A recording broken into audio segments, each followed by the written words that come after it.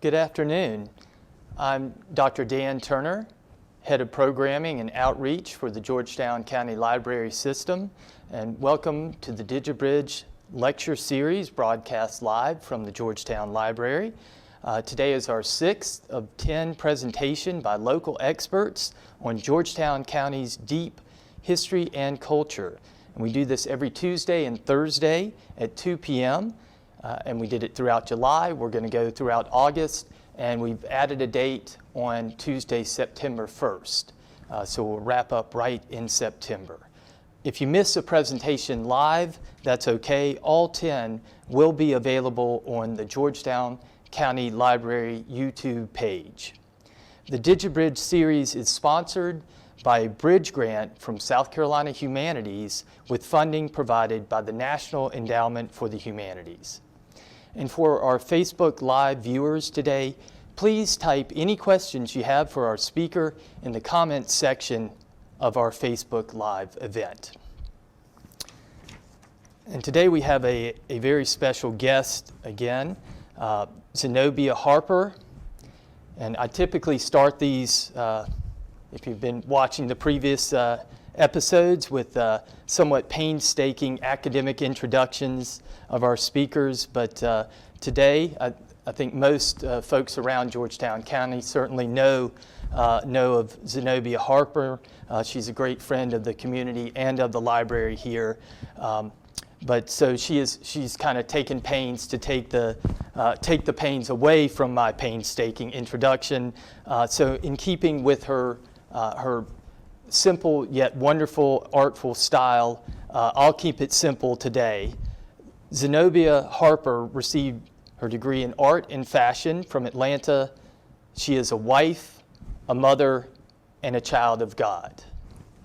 So that's a seems plain but very profound introduction for a profound person and a wonderful talk planned for us today, The Gullah Dream Keeper by Zenobia Harper. So please come on in, Zenobia. Thanks so much for being here. Thank you so much. And thank you so much for honoring my introduction. I appreciate that, because that's all we really have to be, are children of God, isn't that right? So I'm going to kind of introduce people to the Gullah culture with a poem called Gullah Charm. Open your heart, then open your mind. So much to discover, I know you will find. In our rhymes and rhythms and every folk tale, how we struggled, survived, and how we prevailed. Though they toiled in fields of indigo blue, I am my ancestors' dream come true. The low country so beautiful you can't help but see our footprints and legacy behind old oak trees. So I welcome you with pride and outstretched arms to our strength and elegance and Gullah charm. So again, my name is Zenobia Harper. Thank you guys so much for coming and hanging out with us online. Hey, I am, like the good doctor said, I am a mother and a daughter and a wife and a child of God. I am also a protector of the Gullah culture. So my husband and I, not too long ago, started an organization called the Gullah Preservation Society of Georgetown County, and we really and truly want Georgetown to be the epicenter where people come to learn about the culture. We are very serious about that, and we really want to continue to preserve and promote that culture. So I want people to focus on this very small and powerful statue that I brought here today. This small statue of a young enslaved African woman was gifted to me. I was helping to purchase artifacts for the Rice Museum, and I saw her and I felt that she needed to be a part of the collection. She knelt in the window for several weeks, but so many patrons and guests were saddened by her, and she kept getting moved all around the museum. So whoever carved her created a powerful piece of art that for many was too hard to look at. She was moved all around the museum, and everywhere she knelt, there was sadness. But there was something about this young enslaved African woman that spoke deeply to me. And I guess the museum director realized that, and so he gifted her to me. When I first got her home, I wondered to myself why I didn't have that sense of sadness in her presence. And I even felt guilty for not wanting or having the need to mourn her situation. I mean, the shackles at the elbow look like they are intended to inflict extreme discomfort and pain. The position of her shoulders look unnatural, and whoever shackled her clearly wanted her to be completely helpless. Her lungs would have had to work harder in that position. Her heart and other vital organs would have been exposed and unprotected for whoever wanted to do her harm. So I'm going to walk over there. So I want to turn her position so people can see. So that's the statue from the side.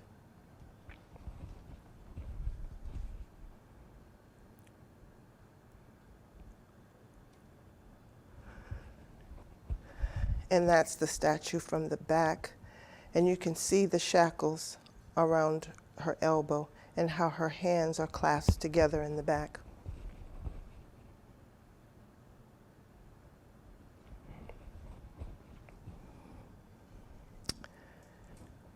And that's her from the front.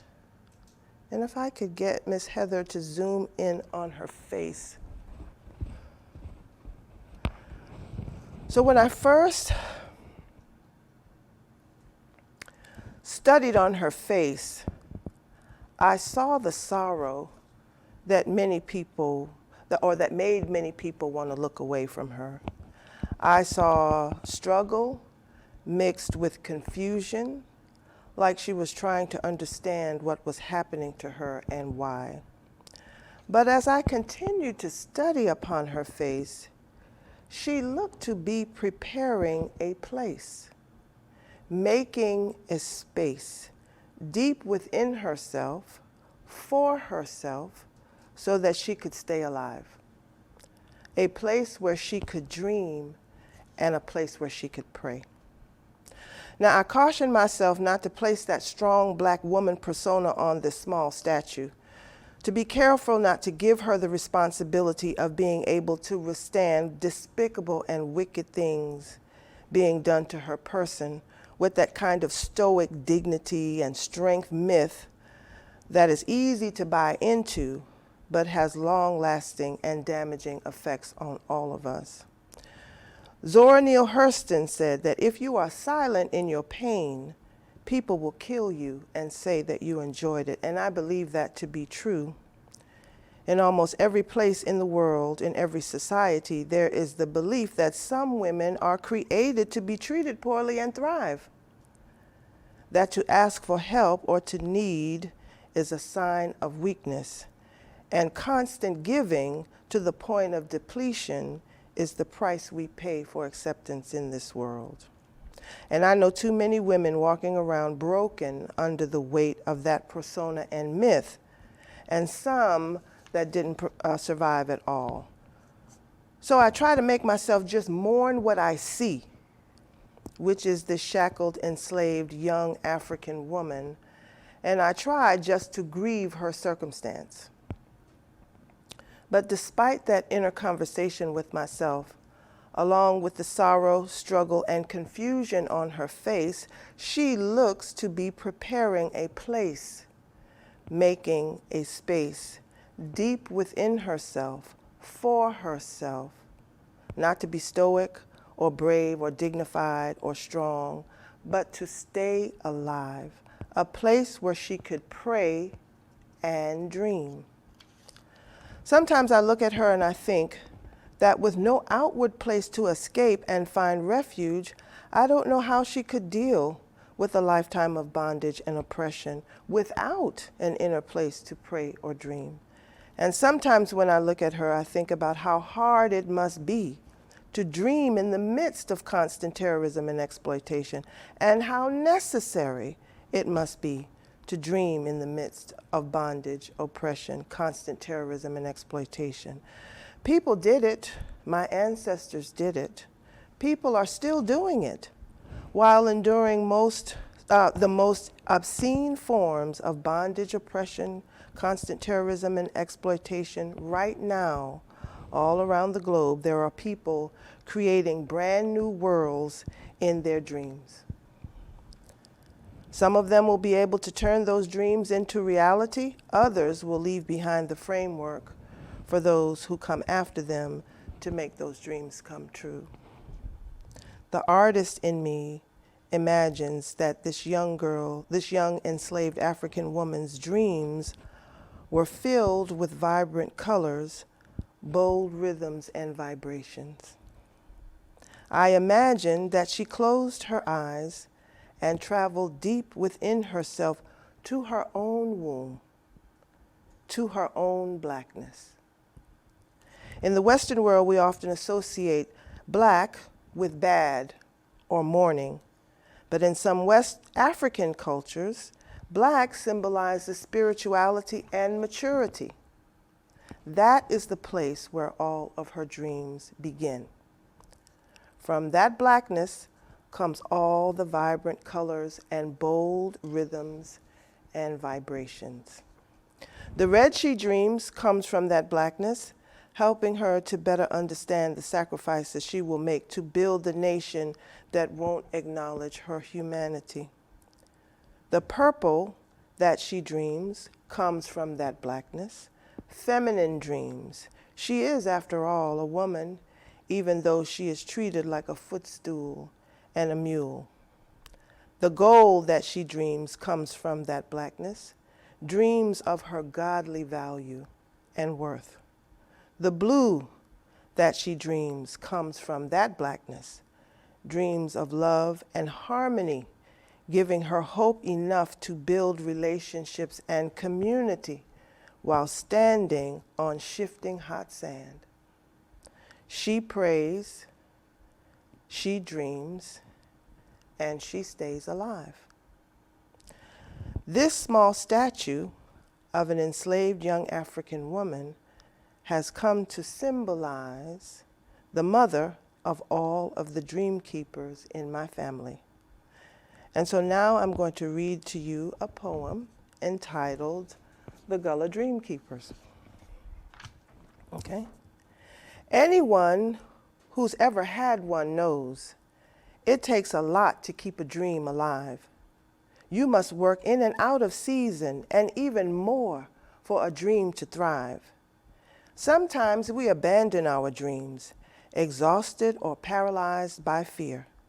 Thank God for the Gullah Dream Keepers, always watching and standing near. She knows just where we've left them and why we can't make them come true. She knows what we have yet to understand, that your dreams must live inside of you. When the Dream Keeper comes across your dream, she can feel the power it unleashes. She picks it up and cleans it off and divides it into 3 pieces. The first dream piece she puts in her apron while it's tied around her tight, and takes it back into her kitchen to make a tasty crust just right. And when you come around mourning your dream, your eyes about to cry, she takes that tasty dream crust and bakes a sweet potato pie. The Dream Keeper puts the second dream piece in a jar with her roots and herbs for healing. When missing your dream starts to ail your soul, she pours a spoonful to cure how you are feeling. The third dream piece she handles with care. It's more important than the rest. She folds it carefully in her prayer cloth and places it gently in her chest. And when the spirit moves the Dream Keeper at the closing of the day, she reaches in her chest and pulls out your dream because she knows it's time to pray. Holding it firmly in her hand, she lifts your last dream piece toward the sky. It's the time that the Dream Keeper always talks to God, and he knows the reason why. She prays for you and asks the great I Am to bless you with wisdom and heavenly sight. She prays the Dream Keeper's prayer at the close of the day for you and your dream to reunite. So thank God for the Gullah Dream Keepers. They are like angels from above. They watch and pray over the abandoned dreams of the ones they really love. So thank you. Thank you so much. Thank you. Can I clap for myself? Yeah, there's only, it's a skeleton crew in here, but they're good ones. Yes. So it's let's say thanks to Heather Pelham. Thank you, Heather Pelham. And she was doing, I was watching alongside, she was doing wonderful work and Yes. capturing this beautiful sculpture. And here. she is very beautiful, and she's been a wonderful inspiration in my household.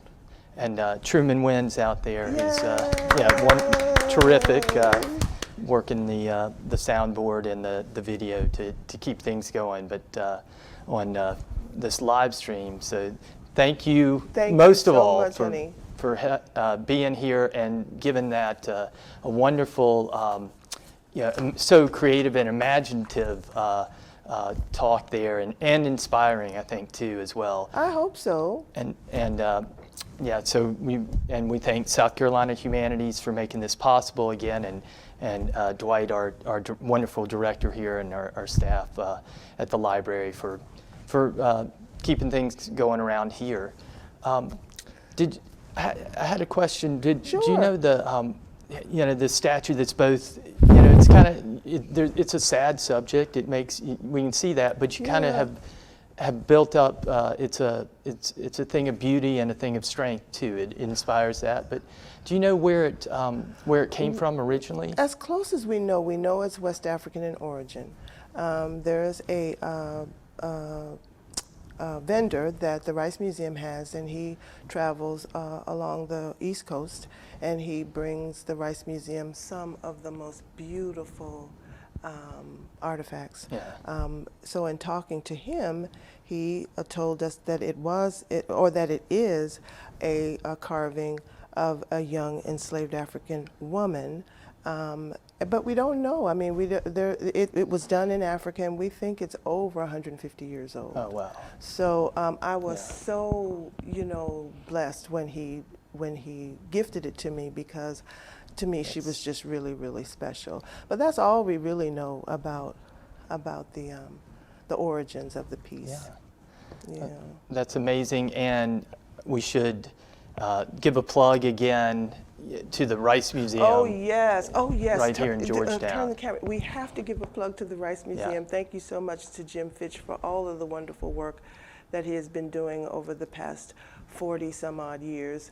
This is actually the 50th year of the Rice Museum, and we had all these wonderful celebrations planned for that, which of course COVID said, no, you're not going to be doing it. But please know and understand that the Rice Museum has been serving the community for the past 50 years. We are still there, and we're still serving. And if you want to see beautiful artifacts from Africa, and all over the world, the Rice Museum is the place to come.